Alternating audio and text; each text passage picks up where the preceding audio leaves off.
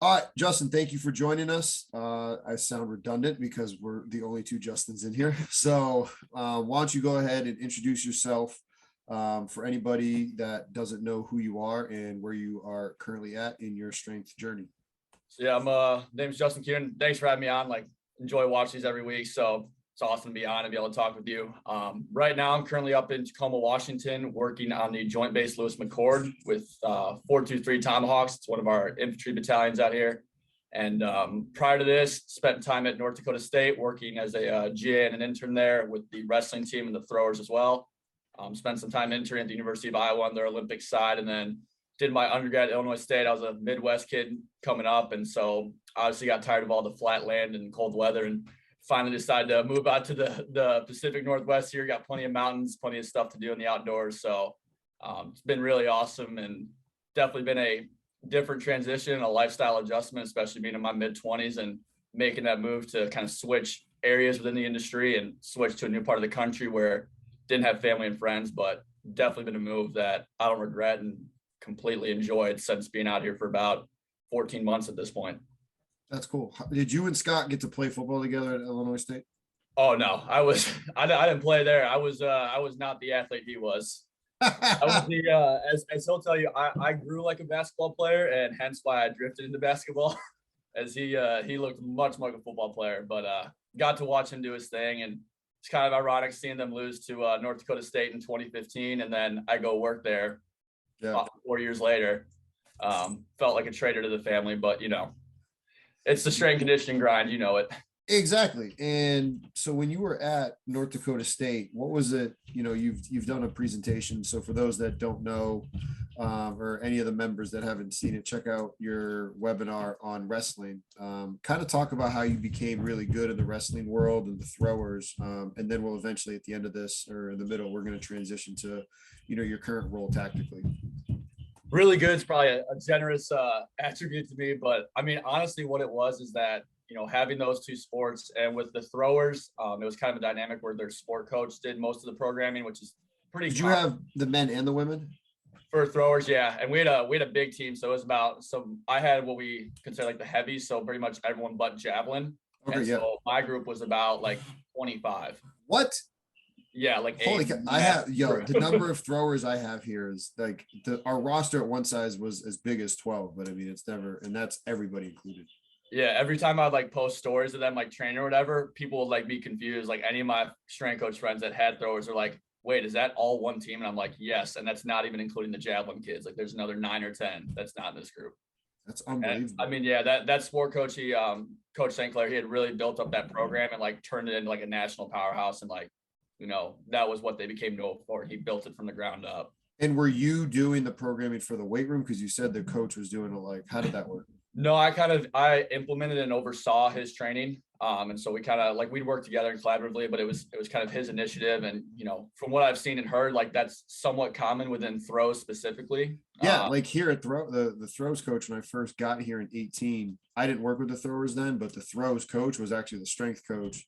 But that's because the throws coach had his CSCS and we only had like 4 people on staff. So the less teams to train, it was like, fuck, go do your thing. Yeah, exactly. So yeah, I got to work with those guys, and it was still fun because obviously, like as I'm sure you've seen, like throwers, like they're just a bunch of meatheads in the weight room, and like it's a powerlifting meet like every day, right? Yeah, and the other cool part is especially with how technical throwing is, and like millimeters can throw off your entire sequence of your throw. Like they're very in tune with their bodies. So like in terms of like cueing and like working with them in the weight room, like you could use language and work with them in ways where because they understood the importance of technique and body positions and all that, like they would hear you say something once and immediately pick it up, where some of your team sport, field sport athletes, like you might tell them the same thing for the first 4 weeks and they still don't pick it up.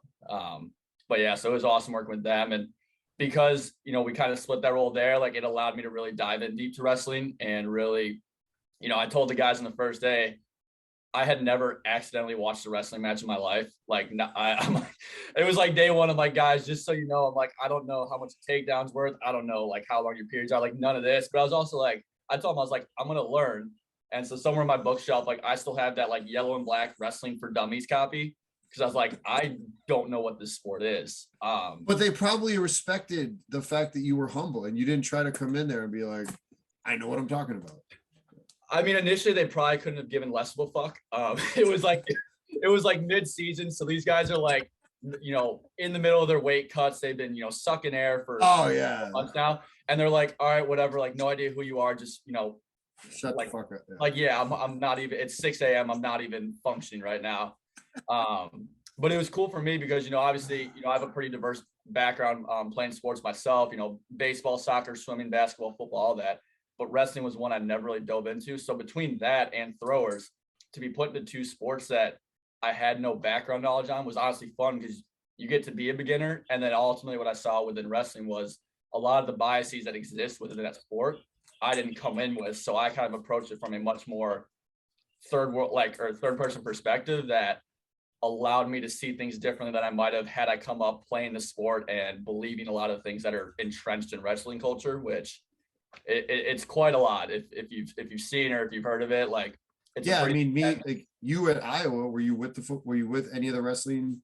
Because no, Iowa, the wrestling, they were kind of their own separate thing. they're their own separate thing. Like, because everybody knows it's like usually at the P5 level, it's like football, basketball, everybody else together. But you and I both know at Iowa, it's football, basketball, wrestling, everybody else. Yeah, and like we never even saw them because obviously they got their own facility and everything. Like I think maybe on one occasion, I don't know that, like I might have seen a wrestler come into like the Olympic weight room, but like though, like they trained separately and they did everything separately. So it's like, and at that point, like I said, I knew nothing about wrestling before working with NDSU, and I never followed it. Couldn't tell you what the weight classes were. So obviously, I knew Iowa wrestling was important, but never really appreciate the time that after spending 2.5 years with the wrestling team at NDSU. Now I like regret not like getting more of an eye in on what they were doing, just because now I become a lifelong fan of the sport. I think once you work in it and you appreciate just what they do and what their sport consists of and how exceptionally some of those guys move, like as strength coaches, like you can't help but be fascinated by just there's probably no better movers, I think, just in terms of the versatility and like what they do. And from that standpoint, it's just a sport you become obsessed with. One of the things that when I was working at Harvard and I was talking with Frage, because he was training the wrestling team there, and like one of the things that he was having a difficulty with, and maybe you had it too, and our listeners out there who work with wrestling, they could relate, is it still the case where they think that they don't want to get big and bulky, but everything that they want to do is like high rep stuff, and you have to be like, hey, wait a minute, like that's actually how you get big and bulky. We're just going to worry about strength, and we're going to do limited reps, and we're going to work on power. Yeah, I think so. You'd almost hear like conflicting viewpoints, I think, depending on the wrestling coach, like what staff, and then also even within the same coach, like they'll say things that are diametrically opposed, because a lot of what they'll be sport coaches. Yeah, never. Yeah. But like a lot of what we would, be trying to focus on with guys, because the big shift I made was just that, like, predominantly their training was always like high volume stuff, circuit stuff, going to fatigue. And I think one of the unique things about wrestling that I highlighted in my presentation is that there's a very large physical aspect to their practice where their entire practice is manipulating an external load. And so if they're doing that for 2 hours, 4 times a week, and like they're getting both those eccentric and concentric, contractions, how much more of that do I need to add in the weight room versus giving them what they're not getting, which was that, high strength, high power output stuff, and then super low on the recovery days, just because, that sport, having been on the mat a couple of times, our other GA wrestled collegiately. So he was nice enough to take me on the mats a couple of times and, get the feel for the sport, which I'd recommend if you're 6'3" with terrible ankle dorsiflexion and long legs, don't go wrestle. I quickly learned I had 0 career. There's a reason I picked basketball. But yeah, like working with those coaches, again, like it's a sport where it's a very tight-knit group. I think, especially within that sport more than others I've seen, like if you haven't wrestled for a while and you don't understand it, like you are an outsider and your credibility is kind of shot initially.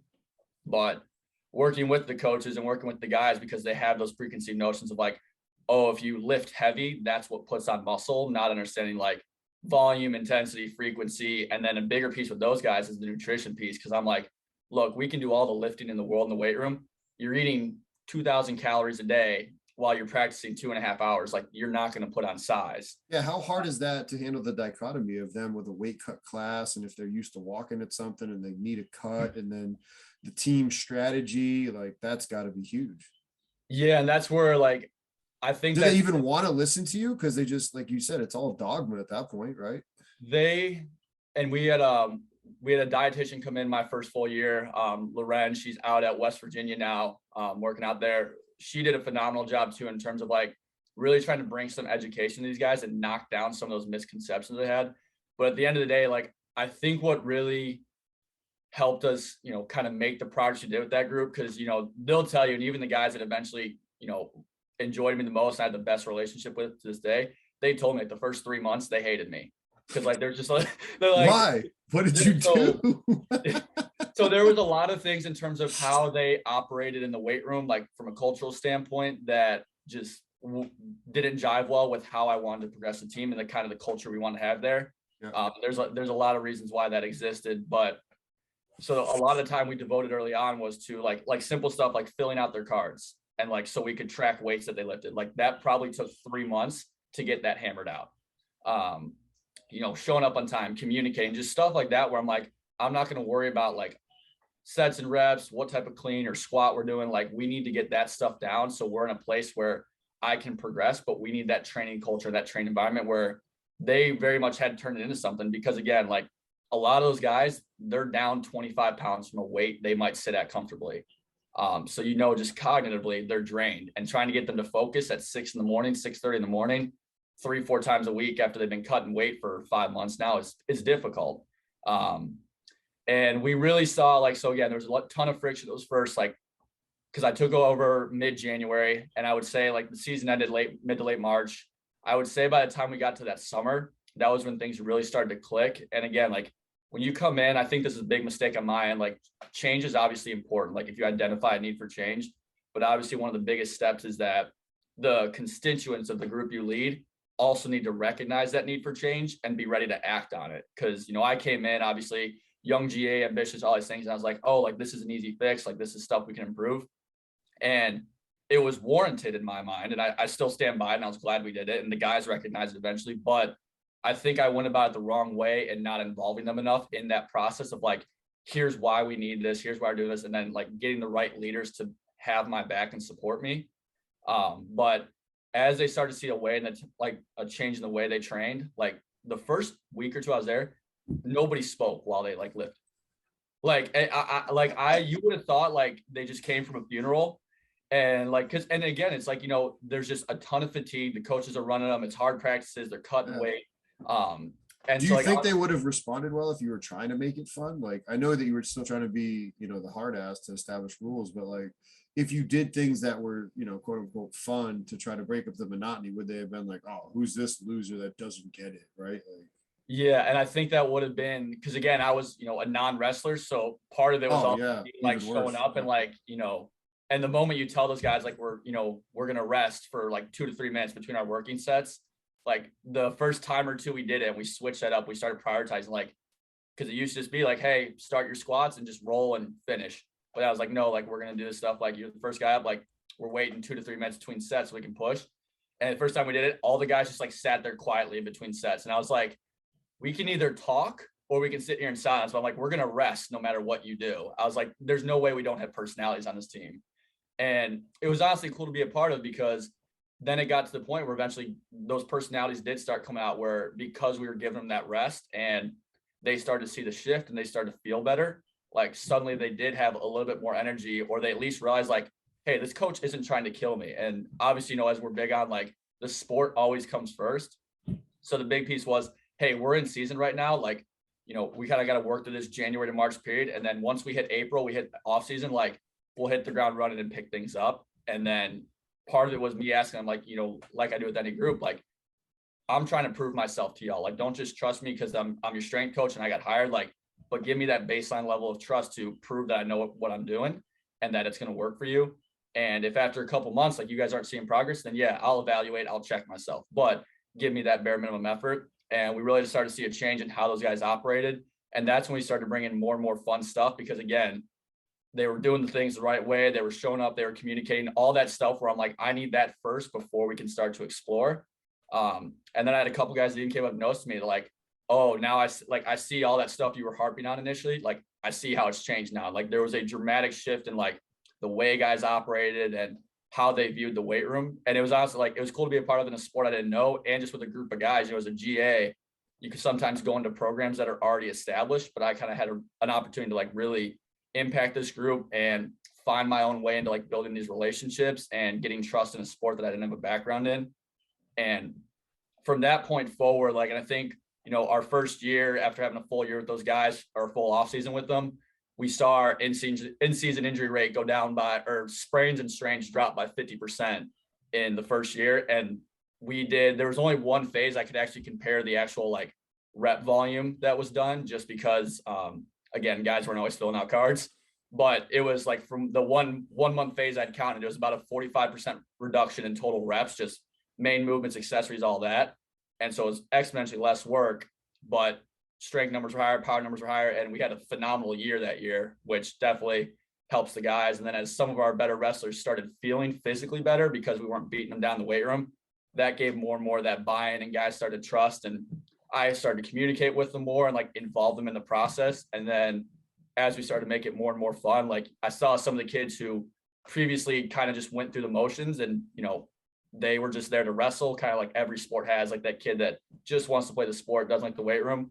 And seeing guys finally start pushing themselves without needing to be begged or asked, just because they're like, yeah, like it's fun now. We realize there's a progression, there's a plan. Like we have hard days, we have easy days. You know, for a group of like hardos and like a rough and tough sport, what became their favorite thing is our nap time, as they'd call it, at the end of a lift, where we just do some like, you know, lay on your back, feet up, like nasal breathing, calm down. Like I like got yelled at one time and I was like, hey, I don't think we're gonna have time to like do nap time. Like we gotta get out of here. And I got like yelled at by the guys. And I was like, I got a bunch of fucking toddlers here upset they're not gonna get a 5-minute nap. And something like that is cool because it shows me, you know, they value that, even though it's 3-4 minutes, like that meant a lot to them. Yeah. And yeah, just going from there, like, again, getting the opportunity to work in a sport, like develop a love and an interest for it. You know, if you had told me 3 or 4 years ago before I started that I'd become the biggest wrestling fan ever, and I'd be watching like the, like, you know, world team trials and all this stuff, I would have been like, not in a million years. And now here I am, like, you know, continuing tracking like still the NDSU team and all the national stuff going on, just because it's so enticing. So here's my question then, like everything you just said, first of all, anybody that is working in a new sport, you know, re-listen to what he just said, because that's extremely important in terms of the ability to humble yourself and form relationships. And, you know, hell, even if you're not, you know, brand new, like re-listen to that, because it was important for me to hear. But everything you said sounds awesome, right? It sounds like it was helping you achieve, you know, 3 out of those 4 P's that, you know, Keir has famously talked about. Like, why leave and go into this tactical setting, which was kind of the main reason that, you know, we wanted to have you on to talk about that. Why leave that and go to the world that you're in now? It came down to, and again, from a high level, sorry to interrupt, but like, yeah, you know, you don't have to like, not talking specifics, and, you know, continuing to respect the integrity of, you know, your current employer, but just from a high level, you know, what this H2F program represents, and again, why you decided to do it. Yeah, I think it came down to like a couple big pieces in terms of, you know, there was both specific events and just general thoughts I had. I was always on the fence. Like if you ask my brother, I was convinced I was gonna be a basketball coach all through college. Like even when I went to my internship at Iowa, I was still like, no, I want to be a basketball coach. And then I was like realizing how much more interaction you get with kids in the weight room, and I really enjoy that. Much, and you're not recruiting, right? Yeah, and I'm like, yeah, you get them, you see them every day, you see them like pretty much year round. Like there's, you know, and so it was awesome from that standpoint. That's what got me into it. And I think like most coaches that get into collegiate strength conditioning, like you don't fully realize what it is you're signing up for at first. And then you start to see like none of us do. Yeah. You're thinking like, oh, do you know, whether it's Division 1, Division 2, like you're like, oh, collegiate athletics is gonna be awesome. But there's I'll never forget Keir's meme where he had like 2 pictures of, oh, the Mel Gibson.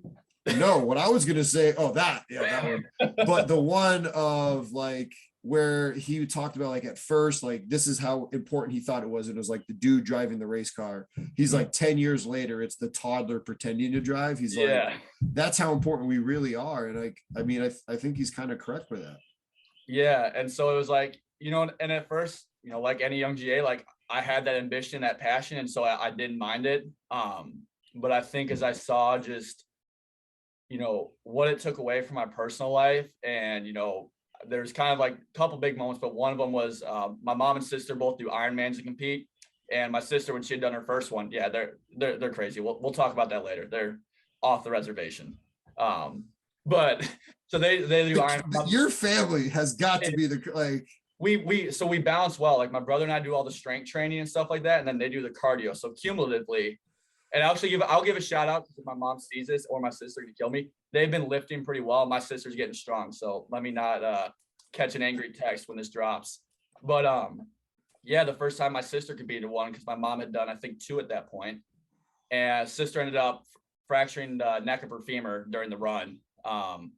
And like a genuine badass, she like walked / limped a couple miles on it trying to finish. Goggins got nothing on her. Yeah, baby. Like no, like yeah, I don't forget about Goggins. Like here's my sister, like but she didn't get to finish, and I was at that one. But of course, as her brother, like it's tough to see your sister train for something so big. You know, it's a 13-14 hour day, and to come up, you know, miles short is tough.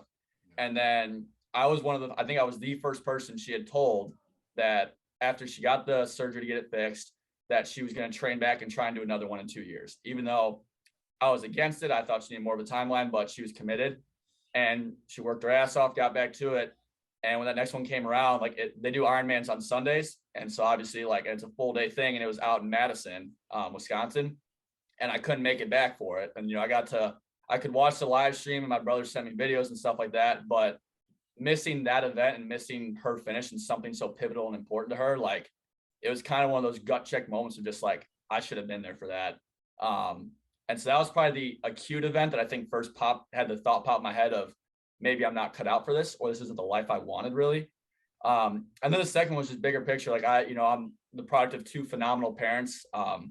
They were at 99% of all of our sporting events between me, my brother, my sister, and we put them through the ringer.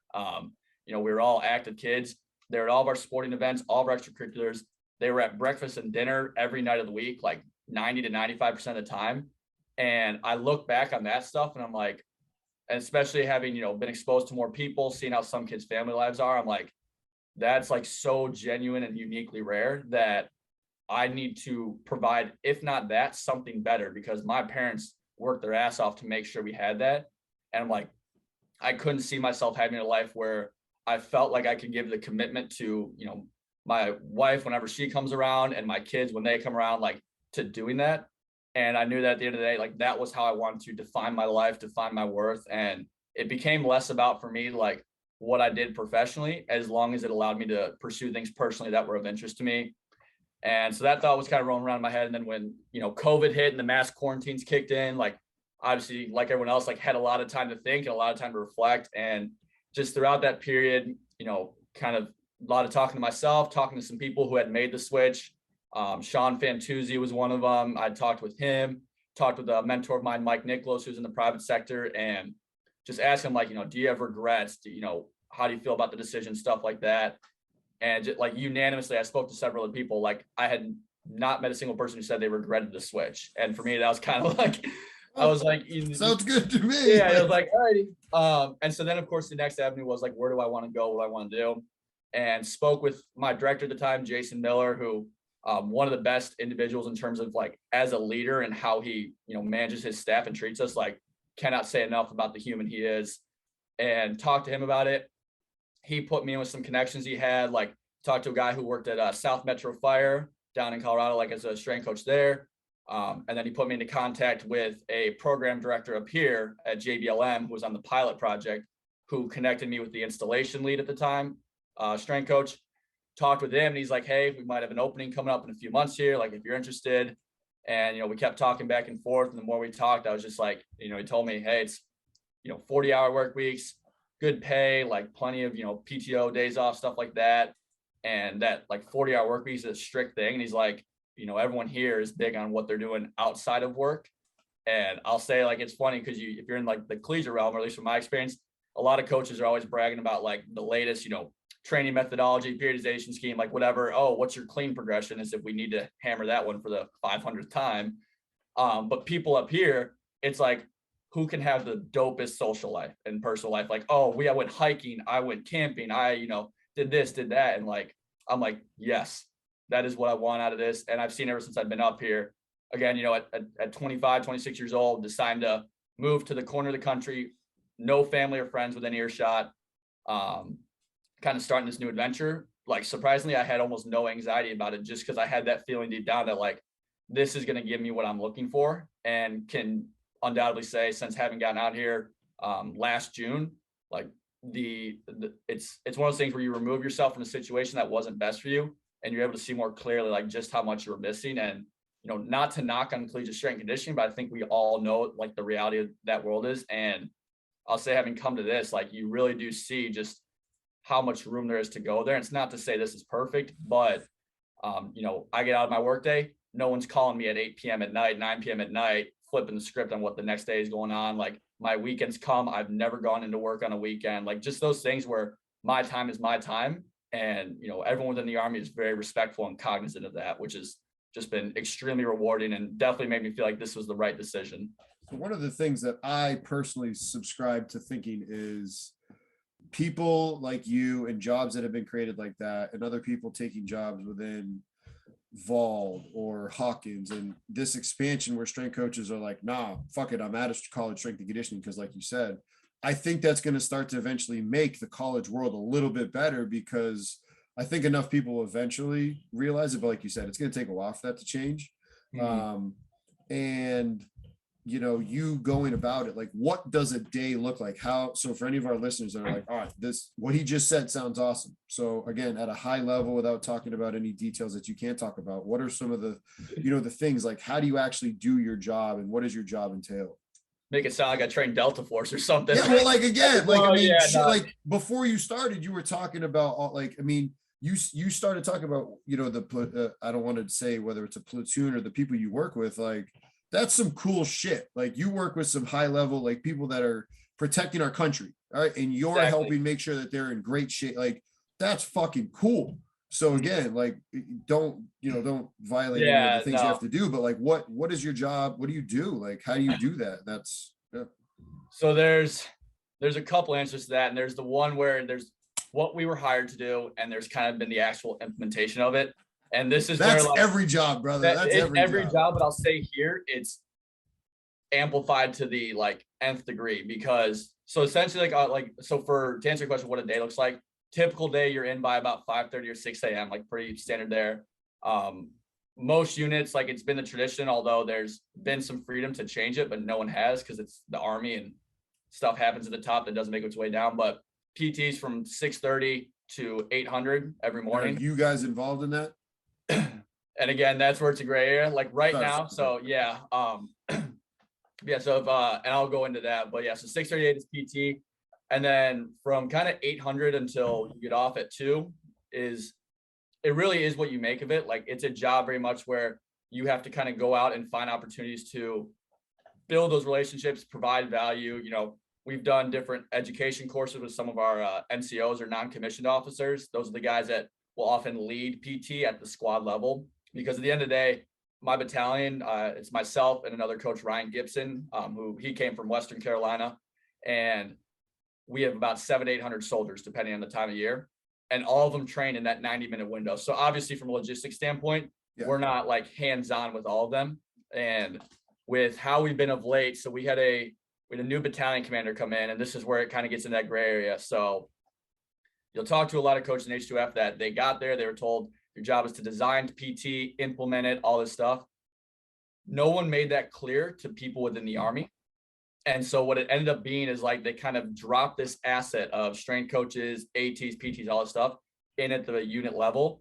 But then no one made it clear to, you know, officers that here's what these people do, here's their role. It kind of became this very open to interpretation thing. So, like, when we first got to my battalion, I was only working with, you know, about a platoon's worth of guys, which is about 30 to 40. And that was all I had for the better part of an X amount of time, because there was nothing mandating that they utilize us. We could approach them, we could offer, we could have all these ideas, but you're asking for a big change when historically, you know, training has always been done at the squad level, and it's been done by NCOs. And despite the fact that the whole reason the Army dumped all, or the government dumped all this money into this project, is because they've determined the job they're doing is not good enough. There's still a ton of resistance and friction. It's like anything else. Like, people take it as an attack on them Yep. because it's their idea, when really it's like, no, I'm just here to service you and to offer something. And it's kind of the best dynamic to compare it to, like for, the coaches who work in athletics. It's like you go and take over at a new school with a couple teams, and each team has a sport coach, obviously, that'd be like your battalion commander. And then all of the athletes write their own programs. And they can utilize you, and there's nothing stopping them. And the sport coach at any given moment could, or, whether he wants to, or if he's against it and a new sport coach comes in at any moment, he can be like, no, everyone's doing what the strength coach says, no questions asked. Or it can just be, you've got essentially, when you have you have a company, you're looking at 3 to 4 platoons. Within each platoon, you have 4 squads. So each squad could be theoretically doing their own PT plan. Sometimes they do it at the platoon level, sometimes at the squad level, but then you're sharing this super small container box. If you guys have read the blog series, like that little thing, that's for an entire company. So about 150 to 200 people, depending on what type of company it is. And like within that, you're looking at up to potentially 16 PT plans if it's not consolidated. How frustrating is that for you when it's like, you can help them and they're not helping, and like, how do you handle that? It was a battle of like, because again, obviously for us, it's like, that's such a blatantly obvious, like guys, like there's just such a big logistical piece to this. But then also you look at historically, the Army's prided itself on endurance-based stuff, just a lot of push-ups, sit-ups, and running. And so this shift to the new culture of, the new fitness test, the ACFT, where now there's a 3-rep max deadlift, there's a standing power throw, there's, all these different events. You had soldiers that were applying a model that worked for the push-up, sit-up, and running test and trying to apply it to something like a strength movement. And now they're still doing the same amount of run volumes and foot marching and all that. And that's why you suddenly see all these overuse and overtraining or under recovering injury, issues. But despite all that, you still have a hard time convincing them that what they're doing is wrong. Like you'll have dudes come up like, oh, I've had surgery here, here, and here. None of it's related to deployment. It's all PT related. And then you tell them like, well, why don't we do less? And like, no, you got to run more. Like you got to do more. And it's like, but your body's like broken. And it was kind of, they not train that way when they're deployed, from what I've understood or what I've heard. Like, so from what I've heard, when people are deployed is actually when they tend to get in the best shape of their life. Because they just lift and they kind of just lift heavy, better, right? Like all those things. Yeah.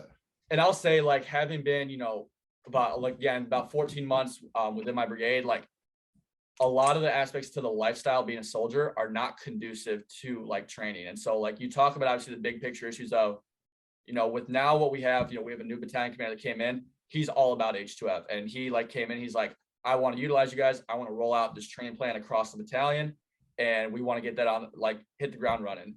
And it's been surprisingly gone well. We've kind of gone about it where we do a 2-week integration period with a platoon.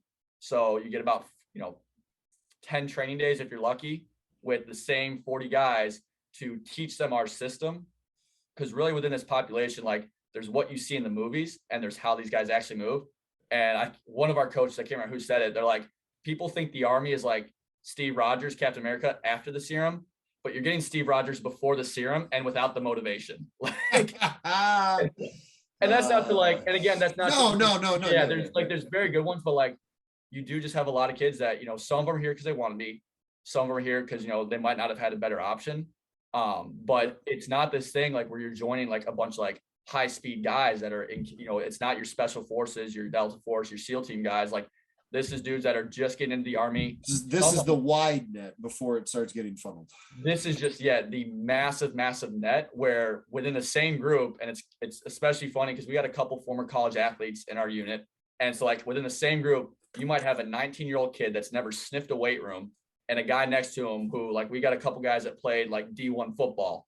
And like they'll be side to side next to each other, like training. And like you can just see obviously the difference in like how they move, how they like perform stuff, their attentiveness, all that. But then you're trying to design a PT plan that scales to that bottom tier guy, but then also that former D1 athlete isn't getting, screwed out of training. And that in and of itself is obviously a unique challenge and very difficult, but there's so many issues that exist beyond, and it's kind of nice because especially coming from college strength and conditioning where everyone talks about sets and reps and exercise selection, like here, that is the least of your worries. Like your concern is how do I get these guys to trust me? How do I design a PT plan where I can have something consolidated and structured? Because again, with the equipment limitations and the number of personnel we have, like we don't have the flexibility to be doing, a bunch of barbell movements, because within one of those connexes, you have for your 45, 35, 25, 10-pound plates, you have 8 of each. And so like, if guys are deadlifting and you have 2 deadlift bars going and both of them are at, 240 because it's a hex bar, that's all of your 45-pound plates for the entire 200-person company on those 2 barbells. So like in terms of, and it's been a fun challenge for me and myself and for Ryan, the coach I work with, like you have to think so creatively and outside the box of like kind of not abandoning, traditional methods, but like it doesn't work on that scope. And then you factor in, there are guys like that get tasked out in the morning for like PT's protected time until it's not. And like you could have the same 2 weeks of the platoon and you might see guys on the second to last day that you have not seen the previous 8, just because they might've been out on leave. They might've been, at recovery PT for an injury.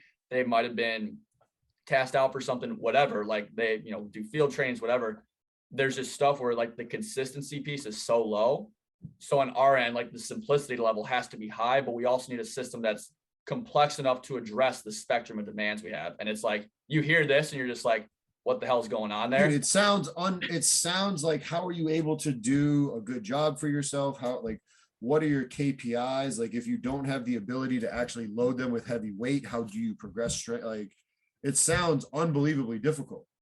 Yeah. And it is, and it isn't. Like, and again, the hardest part is like, once you have people bought into it, or at least willing to try it and like own it, it runs very well. And that's probably the biggest piece. Cause again, like anything we push out is NCO led. And so if the squad leaders, if they think it's a joke or they're not bought in and they're not, cause everything we do is, designed to be, we put resources together, a YouTube page, we make printouts, we put folders together for them to implement sessions where like, hey, all these tools are in your hands. Like if you guys just, read through packets, like we have a whole in brief we do, we like verbally go through the program, how to read the card, because most of these guys are just used to like getting something off bodybuilding.com where it's just 4x10, 4x10, 4x10, and showing them somewhere there's a lot more nuance, there's a lot more variation. It's not just powerlifting, it's not just bodybuilding. We talk about movement literacy, movement competency, getting out of that sagittal plane, which most of them never do. It's a lot to teach them. And so we've seen with like from platoon to platoon, depending on, the interest, because not everyone's gonna be bought in right away. Like some groups, they pick it up, they own it, and they run it really well. Other groups, it takes a little bit longer. And that's just something where like, it is the old, like you control what you can control. But on this level, like you really have to accept that, because there's going to be certain people who just, it's like your sport coach that was a high level athlete. Like you're not going to convince this guy who was super successful that what he did was wrong. Or if you are, it's going to take a lot of time. And so when we talk about KPIs, like really the 2 ones from the Army standpoint is their ACFT score, and then profiles, which is just the name for injuries. Basically fitness scores better go up, injuries better come down. Like those are kind of the 2 main ones. But, beyond that, we're really starting to look at like, consistency and adherence to our training. And then also bigger pictures, like especially in this population, is the qualitative stuff. Because something we've tried to emphasize is that, guys live and die by just trying to increase their ACFT score.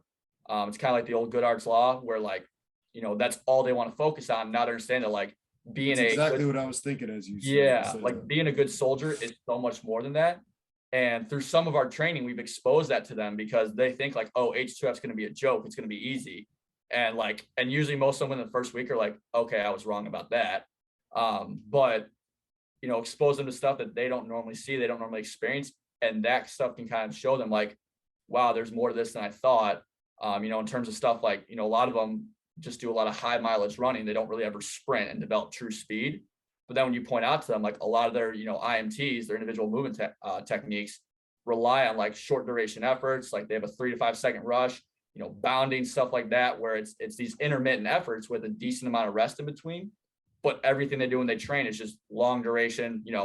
A recovery run for them is like 5 to 6 miles. They call it recovery, whether or not it's actually recovery, and so you're trying to work through all that and get them to value that stuff. And it really is like something we've had to acknowledge here is like word of mouth, like anything else, is like the biggest way to like get the spread. And especially at this level, because a lot of these guys, get their information from Instagram and TikTok. And same with college athletes, right? Yeah. But here's probably the worst thing. And, one of the There's no Joel Seedman. Sorry, I have not heard Joel Seedman. There's no Joel Seedman for the tactical world, so you should be good. Well, but no, it's like the other big piece is all these soldiers are convinced that they need to train 2 to 3 times a day.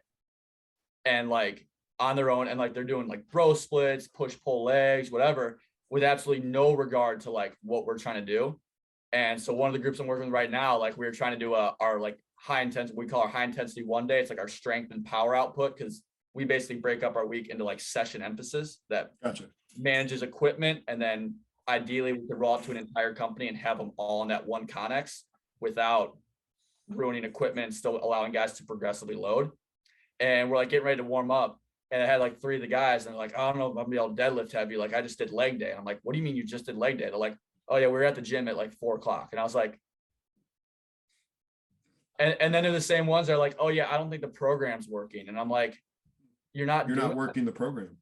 Yeah. Like, and of course in this population, it's all about like fun and funny analogies. And I'll be like, if Gordon Ramsay walks up and gives you a recipe, how to cook a steak, you don't get to add your own ingredients, change how long you cook it for, change the entire preparation, serve the meal, and then go, oh, Gordon Ramsay sucks. It's like, no, you didn't follow the recipe, you add your own flair, and now you're upset about the results. And so it's like, and a lot of them like see that and they're like, yeah, but just traditional Army culture, they're but you don't get it, kid. Yep. Yeah, but like the guy on steroids with 200,000 followers on Instagram, he says I gotta do this, and I'm like, he's not a soldier. Like, he just vlogs all day. Do you think that being a college strength and conditioning coach helped you prepare for this, or do you think Absolutely. It would have been okay? No, and I think, and one of the interesting things is, if you look at a lot of the H2F job ads, it'll specify Division I experience. And we addressed with TRADOC, who's one of the like governing organizations that writes the contract, stuff like that for this. We got to meet with some of their team. They did like an integration team just to see how things were going, what needs to change, improve, all that. And we mentioned how like Division I experience obviously is good. It gives you a lot, but even more so like Division II, Division III in high school, where you're managing a lot larger groups, typically a lot less equipment and crazier schedules. I'm like, that's what this population is. Like, a hell of a point. Yeah, that's like how variable are you? How flexible are you? How adaptable are you? And, like we know, like there's coaches at those levels that just because they don't have the right logo on, like fly under the radar, but they're doing some absolutely elite shit with their athletes and getting great results given their constraints. And like, when you come into here, and this is no knock on like personal trainers or private trainers, because we have some of our staff that do a phenomenal job, but training someone one-on-one or even small groups, like within the extent of like your ability to apply it to large group constraints and how you teach, doesn't always transfer. And it's not a knock on them, but it's just like, it is a bigger jump than if you're used to working with teams, if you're used to working the hectic hours, scheduling weight room where teams go, layout, all that stuff.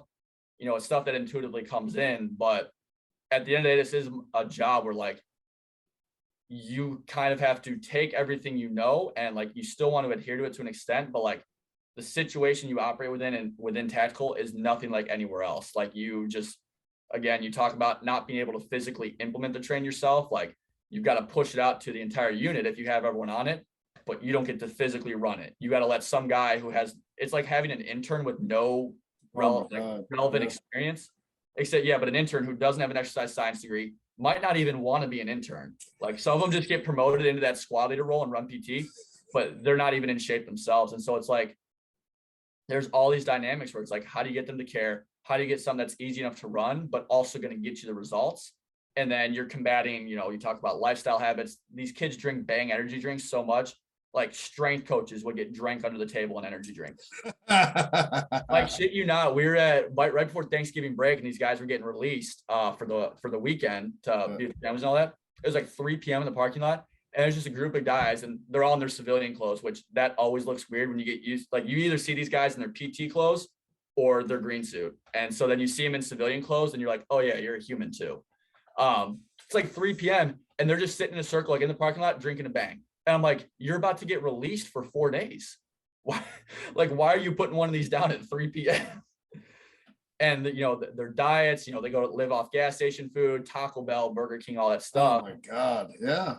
Sleep is horrendous. So it's a clusterfuck, but What would you say would be the number one, like probably one of my last questions I got for you and for our listeners, what would you say is probably the best piece of advice that you would give to anybody that's considering it? Like, I know you wrote the article, so again, Yeah. anybody do your own research and read the articles, obviously, and figure it out on your own. But what would How you make me be? sound like Seedman, telling people to read the No, article?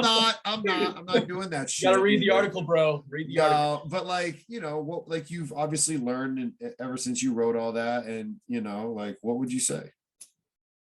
I think honestly the biggest thing, like, outside of stuff I've addressed, is this job is one very much where it is what you make of it. And like you mentioned, like you're working with soldiers who, they're putting their life on the line for the country, whether they did it because they wanted to or they didn't have a better option. Like they're here and they're doing it. Yeah, they're And still doing it. they're still doing it. And that's intrinsically motivating for me as a coach, obviously. But there are, there are people who've taken these jobs, obviously, because of like the pay, the hours, all that. For coaches who are used to the 80-hour work weeks and, terrible paychecks, some of them see it as an escape and they get comfortable and complacent. So my biggest piece of advice is, like, if you're coming into this setting, understand like you have a tremendous opportunity. And just because like right now things are so new and there's a ton of friction, just because, Army's been around for 300 years, H2F has been around for 3. And so as we're trying to get embedded, like we need people that are willing to, keep their foot on the gas pedal and continue to pursue and find ways to, even if you're not, again, the first couple months I was at my unit, I was not programming for almost anybody. And, I was might help with technique, might do these different things, but the solution wasn't to just, all right, well, I'm gonna sit here, collect a paycheck and sit on my ass. I'm very much someone, like, I came here because it was a clean slate. It's an opportunity to be the foundation for what H2F becomes in the long run. And so as you have coaches come and take these jobs, like, don't just take it because, like, again, the work-life balance is awesome. But if that's the only reason you're taking it, you're just going to get here and coast and collect a paycheck, like, you're doing a disservice to people that are putting their lives on the line. And I think that can't get stressed enough, because I've heard of anecdotes from coaches of their installations. People have been hired and even in the past year have been fired already for performance issues or whatever, that you can just tell they took this because they wanted that easy paycheck. And I'm like, your lack of preparedness, like, yeah, we're not at war right now, but we could be at any day. And because you're just more worried about having an easy professional life, you're putting these kids' lives in jeopardy and not preparing them for the job at hand. So like, anyone taking this job, like, please understand, like, you're coming into a situation that's very new, it's very hectic and chaotic, but we've seen a ton of growth within our own unit. And again, having a battalion commander and a command sergeant major that are very bought in, it goes a long way. But if you don't have that right away, like, find a way to have an impact, to have value, because these soldiers, you'll talk to them, you'll hear their stories.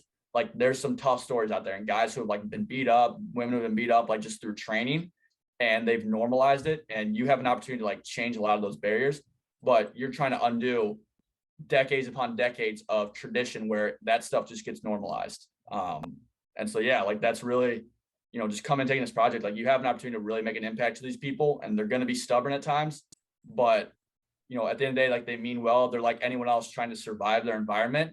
And as we're trying to reshape how they view their environment, how they view training, like, that just is going to take time. But I mean, yeah, that's just, sets, reps, all that stuff. Like, that's nice. But you come and take this job, take it with the purpose of like, I want to build H2F better for the soldier 30 years from now that enlists, and not just, oh, sweet, 2 p.m. hits on Friday, it's time to celebrate the weekend. Like, make those 8 hours valuable. We always talk about how much we're overworked in collegiate strength conditioning, and we're used to kind of spacing out our work because you're going to be there all day. You're here for 8 hours a day. Like, make those 8 hours the most constructive you can. And you're not being used, build out systems. That's what we did. We created a bunch of stuff. So if and when we got the opportunity, like we did with this battalion commander, we were ready to roll out a PT plan to 700, 800 guys on a moment's notice. Like, having all that stuff in place, do that so you're ready to go. And that way you can provide value. I don't think there's a better place to end this podcast, so we're going to end it right there. I know you put out a bunch of good content on your social media, so for any of our listeners that aren't familiar with, where they can follow you, give them an opportunity to figure out where they can see all the good information you're putting out. Appreciate it. So yeah, Instagram, my handle is j.c.kuehn. And then on Twitter, which I don't use as often, but still from time to time, same name, but without the periods in between the J and the C. But Instagram, I'm most commonly on. and, try to keep, I've been trying to put out more and more stuff. And again, I think within this community, what really good opportunity is it's very collaborative. And so with that, like, as you're getting in, like, get involved in those conversations. If you're working as an H2F coach or you want to become one, like, we're all trying to figure this thing out. And so, the number one way that happens is people participate. There's not all that drama of should you front squat or back squat. It's like, how do you get buy-in? Like, and the correct answer is Zercher squat, by the way, but it's a separate point. We will have you on for a different podcast to discuss that. Hell yes. Again, thank you very much for taking the time out. This has been informational for me. I know it'll be informational for our listeners. So thank you very much, man. Go enjoy the rest of your day, and we'll be talking to you later. Appreciate it. Thanks for having me on again, man. Yep.